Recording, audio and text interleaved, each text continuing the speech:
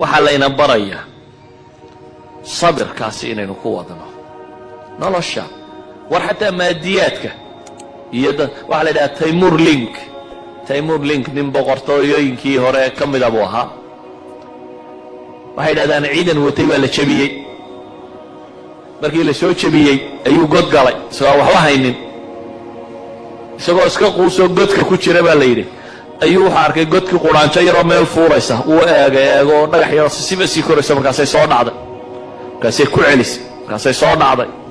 markaasay ku celisay markaasay soo dhacday waxa la yiri intii uu eegayay quraanjadii 17 jeer meeshii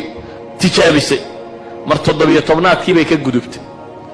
تبتنا وحو كفكر انك بوركا ورمانت ما ان مربا لي سو جبيي oo waan isdhiibaya quraan jana 16 goor bay jabtay wali waa wada mar 17aadkii bay ka baxday then I will do another time waa inaan ku celiyaana uu guuleystay dad badan buu jeeray tataarki meel badan buu ka booday wax badan oo mashaakil u dhiga war dadku waa inaad aziima yeelataa fishan waa inaad yeelataa warshaynaha arkaysaan mawtistan maalintu fakarayay isagoo inaan yara oo 22 jira oo jaamacad jooga oo qism falsafa dhigta oo sanadkii labaad ku jira ayay fikradani gashay inuu China bedelo qiyaas arday yaro jaamacad dhigto second year laakiin wuu rumaystay inuu wax bedeli karo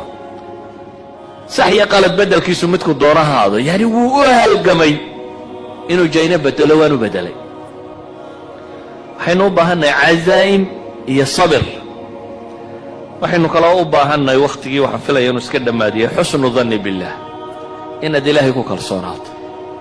قضية الهجرة وقرنسة ما ظنك باثنين الله ثالثهما نبي محمد سقوا قرائي أبي بكر وكلي يقول قد كتيرا ولا يسدلت أقول إلي وأبو بكر لا إلهي رسولك سيوا والله ينعرك إياه أي النبي يقول ما ظنك باثنين الله ثالثهما أبي بكر ومحمد مالين السلبة إلهي يصدحه سبحانه وتعالى يعني اللبا الله لما أنا معيد يسألك ارتوقوا لي سنية إذا حسن الظن بالله ما لف يعني إن إلهي كقمنا إن نقصن وحين قالوا باهنا هي العمل الدؤوب عمل شوكتاين نسمينه عمل كدجال القرآن حينو بهنا عمل ضد السلمانتي